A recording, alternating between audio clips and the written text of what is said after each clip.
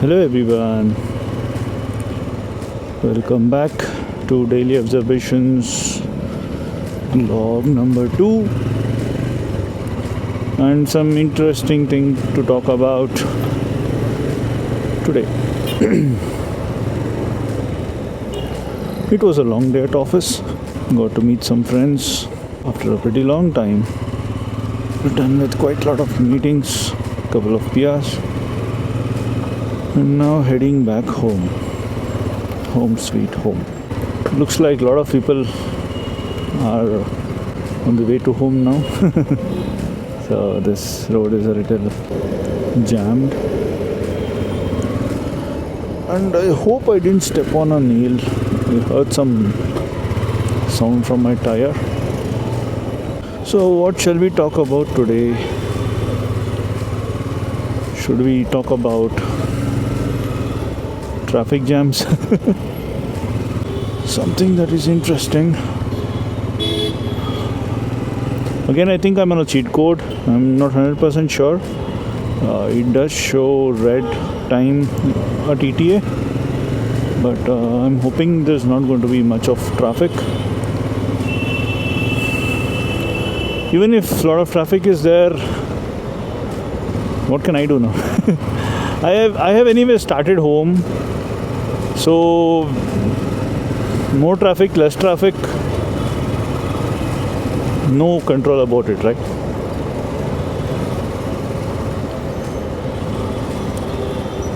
We really have no control. When we talk about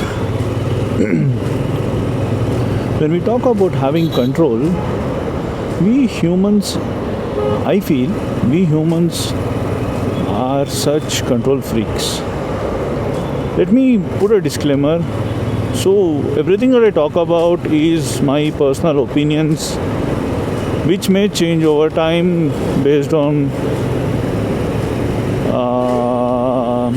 my thought process and things I learn about over time. So whatever I'm about to express is my own point of view. That's pretty much why you get this point of view kind of shot, and we name it Life on the Road, right? So that's a disclaimer. It's all my opinion according to me, right? So even in case I forget saying according to me in beginning of any sentence, just take it that way, right? So I personally feel we humans are control freaks. We tend to intend to control everything and anything possible, right? I was just thinking about it. So this traffic jam is not in my control, right? I cannot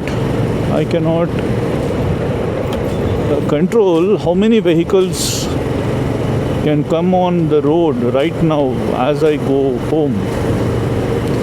But what is actually in my control is probably at what time I can start, right? Now we have tools like Google Maps. We also have WhatsApp groups where friends tell us how good or bad the traffic jam is at various points of the day when they start home or start to office. We anyways have our SI system that can tell us how bad the traffic is, that we discussed in our vlog 1, right? Minutes taken per kilometer. So we have all this data. So what is in our control is when we can start, when we can decide that, okay, let me start at 7 o'clock to home today. Let me start at, say, 8 o'clock to office in the morning. So that is in our control. So I think what is in our control, we should try and control that instead of trying to control everything. Now, just because Manoj has said that what is in our control we should control, it doesn't mean that you should take everything in your control. Everything can't be controlled. That's the irony about it, right? We are such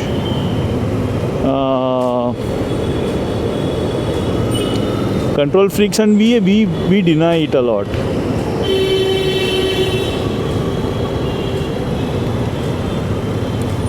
So what can be controlled, right? You can control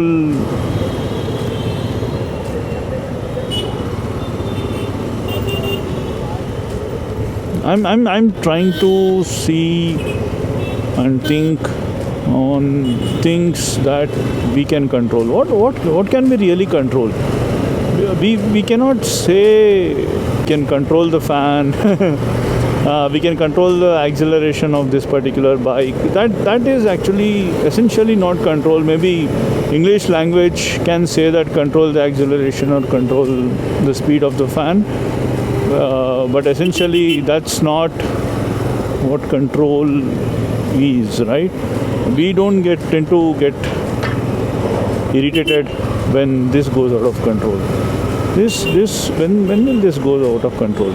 So take this only as example, right? This particular accelerator, what is in our control is whether to turn the accelerator downwards or upwards. So acceleration or deceleration, action is in our control, but the strength of the wire, the strength of the cable that enables this action to whether accelerate bike or not, that is not in our control, right? Anything can break at any time. That is not in our control. So what is in our control? We can either accelerate or decelerate.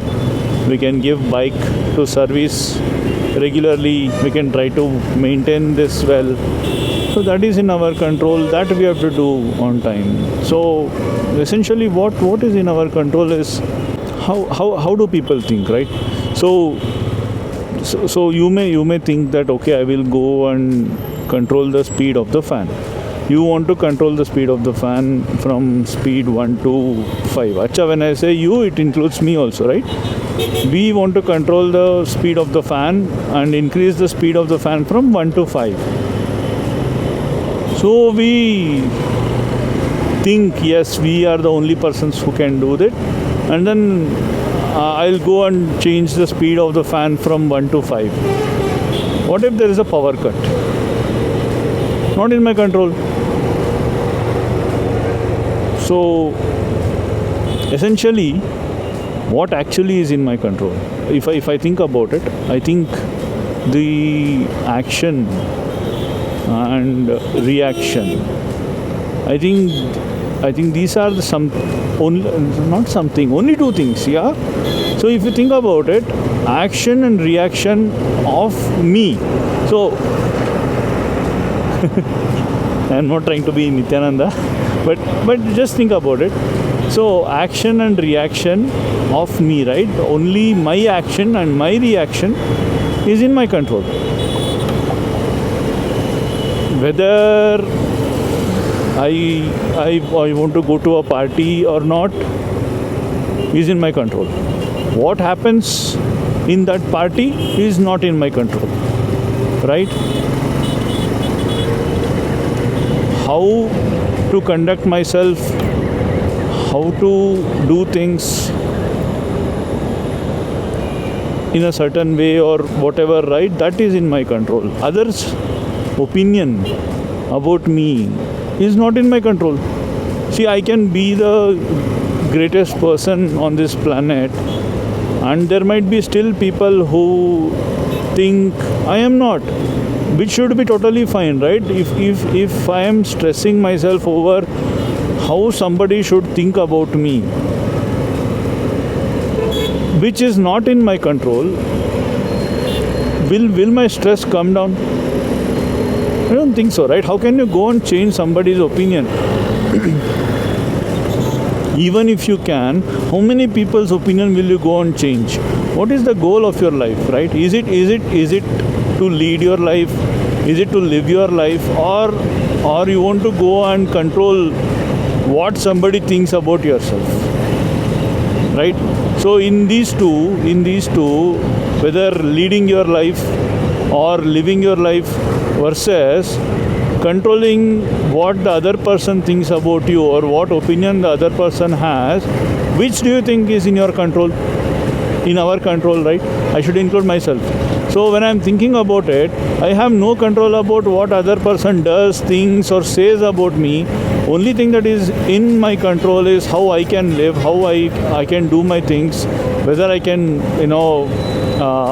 deliver whatever I have promised others, manage my health and stuff like that is in my control, right?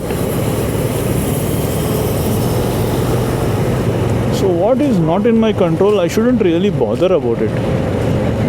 The more I bother, the more I lose control, right? It's what it is. Think about it. Say for example, you try your hardest and try to sleep, right? You try to control, how the stock market should move. Can you do it? No, right? You can't control how the stock market moves. What you can control is whether you can invest or not invest, right? So that is in your hand. So I think only things that are in our hands are our actions and our reactions. How we act and how we react when something happens. So with our examples, the brake wire got cut. I can shout, I can cuss, I can say what not, all the bad words. These days, the bad words have been normalized. Every person, when they try to or want to be cool, especially, I don't want to call out certain professions, but you get the point, right? Be it, say, Ben Stokes or MFs or anything. So the context, okay, my goldfish memory is kicking in. So we'll conclude that and come back. So you can shout about your brake wire getting cut and do whatever. The brake wire is not going to get attached. So the reaction with shouting, hitting the bike or whatever, we are only going to do more damage to our vocal cords, our mental state and our bike. So instead, how can we react? We can just take the bike to nearest repair center and get it fixed. That's it. That's how we should be reacting. It's easy to say in the beginning, but I think once we start following our default reaction or our response to stimulus, right? So there, I think we can debate about it, reaction versus response. But in general, the response to the stimuli, there is some default that gets set to everything. So if we slowly, control the default setting, I think we can avoid a lot of trauma and stress that we give ourselves because of ourselves, right? I read this somewhere that, say for example, a tape recorder is broken. We take the tape recorder to the repair shop and get it fixed. If a chair is wobbling, we either fix the leg or, the age-old practice of keeping a wood chuck or a paper or a cardboard or something to stop the chair from wobbling. We do that, right? It applies to everything. If the salt is less in a curry, what we do? We bring some more salt and we add some salt and fix it. But if you see this pattern, we try to fix wherever the actual problem was, right? But when we humans get irritated, when we humans get headache, when we humans are frustrated, we want the other person to shut up. We want the other person to behave well. We want the other person not to do certain things. So as long as that person is doing that certain thing, we will not stop getting irritated we will not stop getting frustrated, we will not stop getting stressed about. And that person, if that person doesn't stop doing, that means you are never peaceful. We are never peaceful, right? So now how that person behaves is not in our control, but how we end up being, how we end up feeling, we are trying to give this control, our control, to the other person, isn't it? So how does it feel, right? It's like, how should I put it? It's like how I should feel, how I should be, whether I should be happy or sad or whatever, is being controlled by somebody else. That means I am not a independent, free person. Rather, I am a character in a video game who is being controlled with a joystick by everyone around. Say, for example, that Scooty person, I don't know who that person is, he starts barking at me and I bark back. Instead, I can just pass and just go home. My destination today is to go home, not to fight with that person, right? So what's my goal? What's my purpose? It need not be like you should be the greatest life's hero or whatever. Leave that part. My current target, destination, journey is towards my home, not to fight with anybody on the road, right? So if that person is frustrated, let us talk about why he'll be frustrated some other day. But whatever has happened to him, if he is frustrated and if he puts out that frustration on us, and I also get frustrated and I give it back to him, very soon it will escalate into a fight. And then what? Right? See, that's the point I'm trying to make.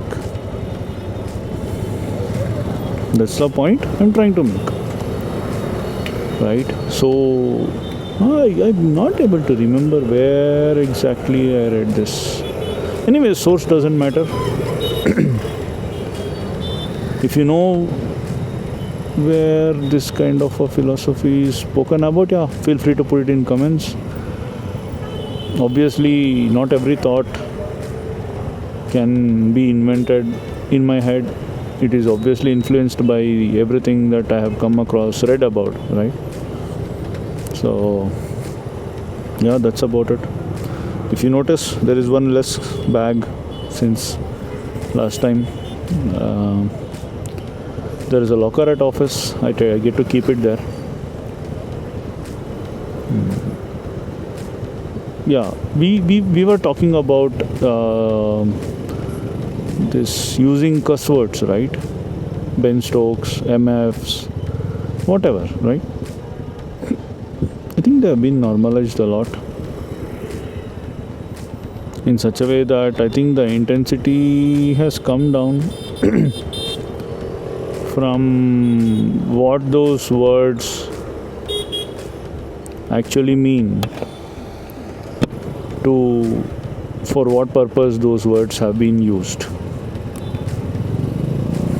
It's very funny how something can be normalized so easily and then everyone just gets about it. So every time there is a joke about anything, people just add either Ben Stokes or MF and the joke suddenly becomes funny. Not cool. Things which we are joking about.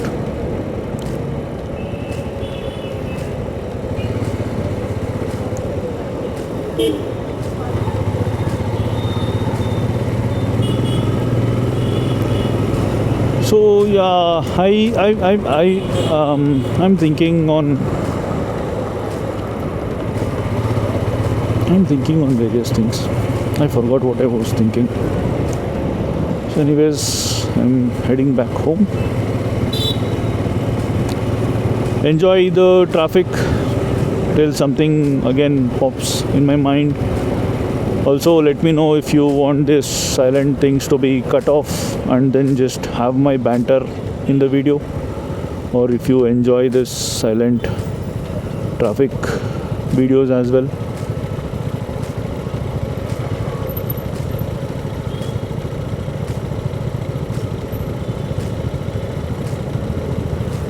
I read this interesting fact.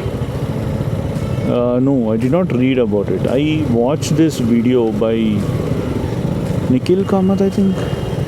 Yeah, the WTF podcast, where he got, I think, traffic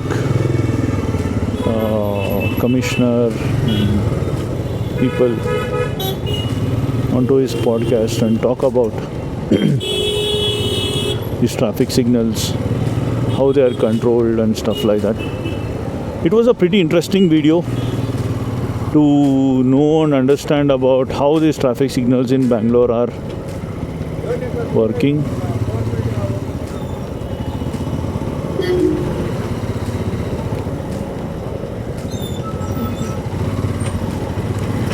So there are AI cameras everywhere. There is a control center, and I don't recall the exact words used, but it kind of sees which road has more traffic and then controls that signal to give a red light or a green light. That's pretty cool use of tech to solve a problem, and I really appreciate that part of it. And Nikhil Kamath is also doing good with this WTF podcast.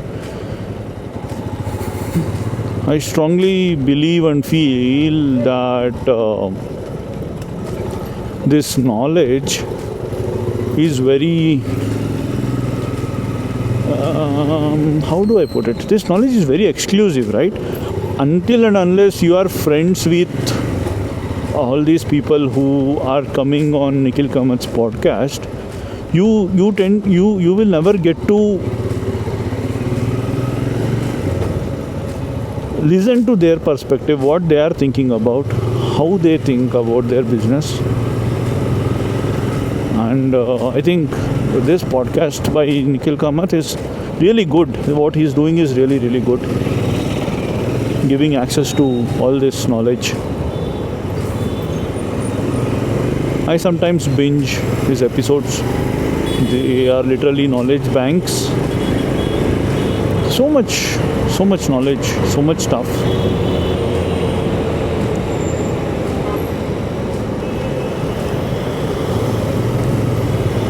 It's really cool. If you want to start a business in any specific field, I think that's a great place to start. So by business, it reminds me of our sponsor, the initialstyle.com. There is no "the" in the website address, initialstyle.com.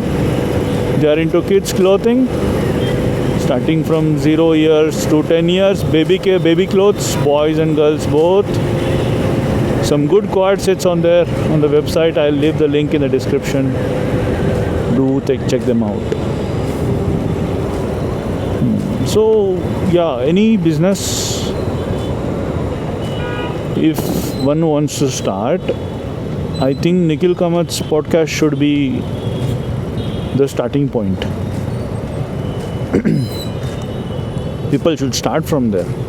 You should invest time to understand your business, and when there is a podcast or an information bank about your business available, especially free of cost to consume, I think entrepreneurs or the business owners should spend that much time to understand their business, or at least know the problems that somebody has already faced, so that if the same problem comes, you don't have to bang your head, because you already know how somebody solved it.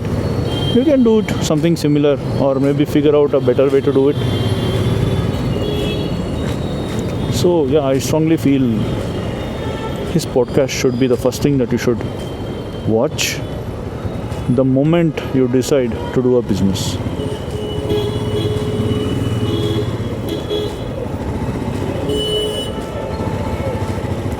Nice of him. 100 aura to him. Did you guys see what he did? So it might be something common in other places, but when a cab guy is giving a horn, the bus guy said, "You may pass." we should use that phrase more. You may pass. Nice. So when the student writes exam, teachers, while correcting those papers, what do they say? Yes, you may pass.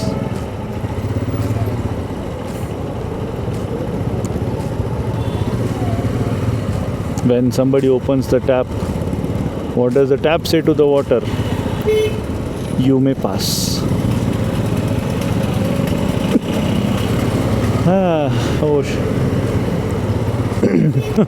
I was about to say a cuss word. See, that's the thing, right?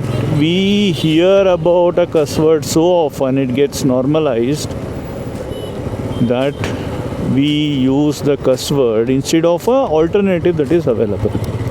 So basically there was a garbage auto standing, and the bad odor smell that came out of that auto was so bad that I was about to say, oh shit. I could have said anything, oh God. That doesn't make the suffering any lighter, right? That's how things get normalized. You tend to say something over and over again. You tend to get comfortable with it, and then it suddenly becomes the new normal, right? I don't know what we were talking about. The goldfish memory. See, this is exactly why I started vlogging. If there is something, some idea that crosses my mind and I want to recall that thought, I can't, right? It's not that always when I have a pen and paper in my hand, some good thoughts come and then I write them up. And this is exactly the problem that I had with making shorts about whatever I feel, right? I should constantly keep a pen and paper with me, keep thinking about it, and then when it comes I should write about it, then I should frame into sentences. To make it viral, I need to create some fancy videos and stuff like that. Man, that's not the point, right? The point is not to create viral videos. The point is to create those videos is it gets spread in case it's a good thought provoking. No, provoking might be a too intense word. I'm not sure if I'm a thought provoking speaker or I'm a thinker. I just want to tell the world what I think. So if that resonates, people should just talk about it. Of course, money making is there.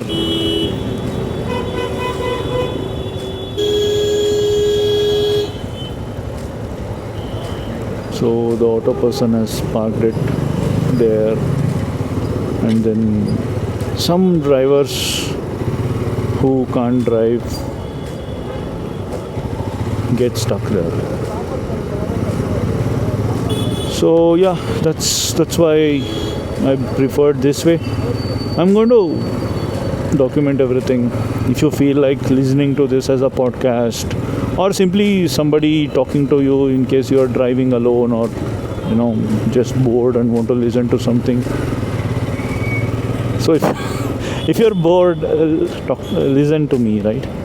Hear me speak. I will speak. I don't think I'll speak so much if you meet me in person. I'm an introvert. I'm a selective introvert. What is the correct way to put it? Selective introvert or a selective extrovert? No, I'm not a selective introvert. I'm a selective extrovert. I'm generally introvert, and I open up in front of my friends, my close circle, right?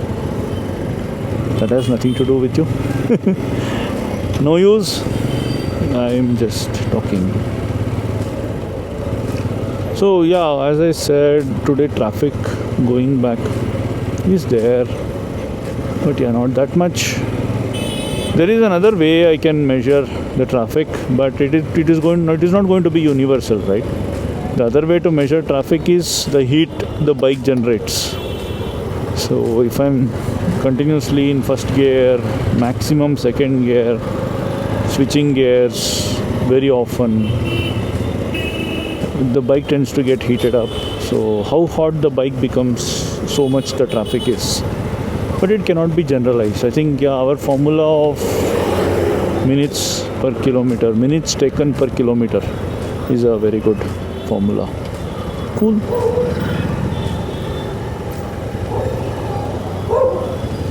Electrical shops.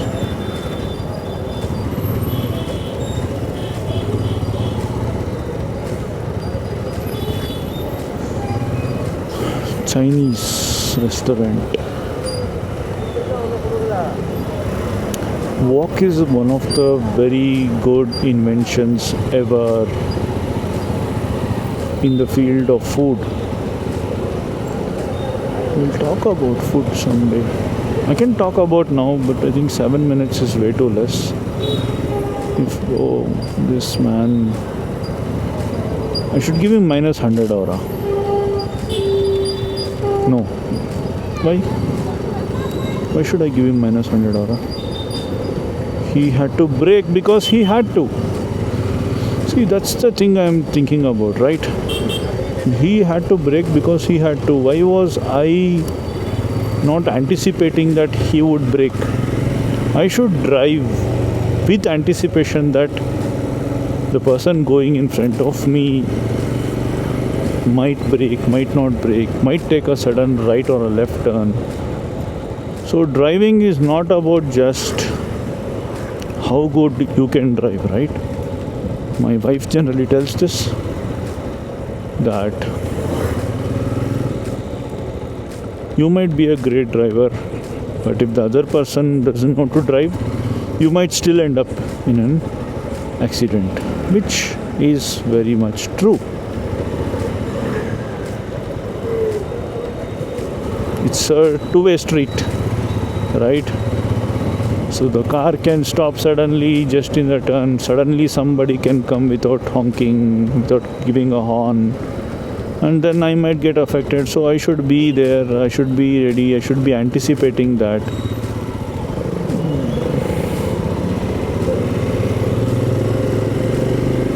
We should do this experiment someday. I should cut lanes and go like how everybody else goes and see how long it will take, and try to start at the same time and try to follow all traffic rules and see how long it will take, and then we should document the difference. That would be a good experiment to do. Say for example, by cutting lanes, driving dangerously, I reach my office in 30 minutes, and by following traffic rules and all that, I reach my office in 45 minutes. That's a good 15 minutes difference, right? Almost 50% more. The probability of meeting with an accident is also higher when I am driving rash, right? Without thinking, without seeing, just speeding how much ever fast the bike goes. So at the end of the day, I just want to know, is that 15 minutes early worth risking your entire life, right? The accident might be small. You might just bruise your hand or fracture your hand or leg. Okay, let me not say your. If a X person goes so fast and might fracture hand or a leg, though the person is alive, the suffering is real, right? The fracture pain the person has to bear. So is that 15 minutes early to office worth the risk? As I said, traffic is not in our control. Check maps, see how long it's gonna take if you start at 9 o'clock, and see if you can start at 8 o'clock, which is in your control. If you can't start at 8, see if you have a meeting at 9:30, and if it is generally 45 minutes ride, instead of starting at 8, start at 8:30, right? You have control. Or try asking your teammates or anyone, right? Can we push the meeting a little because I'm getting stuck in a traffic? We can all argue, oh, how can I ask somebody to change the meeting? Boss, if this X person tries to rush just because there is a meeting and he's getting late, and if something happens, he will rush to the hospital and he will still not make to the meeting, right? So it is better to ask if the meeting can be rescheduled. It is better to be Mr. Late than late Mr. Right? That doesn't mean you should go late every day. I'm just saying that plan your day, right? Try as much as possible to plan your day. Whatever is there in your control, try to control it. Wake up a little early, get ready a little early, start to wherever you want to go a little early, instead of getting up late, getting ready late, and then rushing, right? So yeah, that's what I had in mind today. I think we had a good discussion. Not discussion, I shared my thoughts, you share your thoughts. So my home has come. Until next video, see you guys. Have a great day, week ahead. Be happy, keep smiling. Okay, bye.